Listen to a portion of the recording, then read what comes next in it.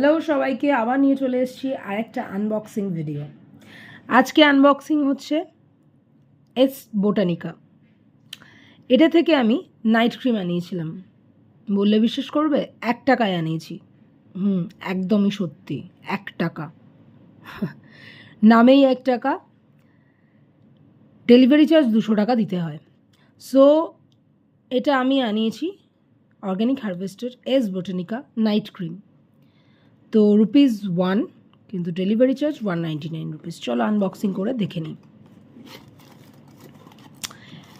Organic হারভেস্টের আমি আগে অনেক প্রোডাক্ট ইউজ করেছি, টিল নাও এখনও ইউজ করছি। আমার খুব ভালো লাগে ব্র্যান্ডটা পার্সোনালি।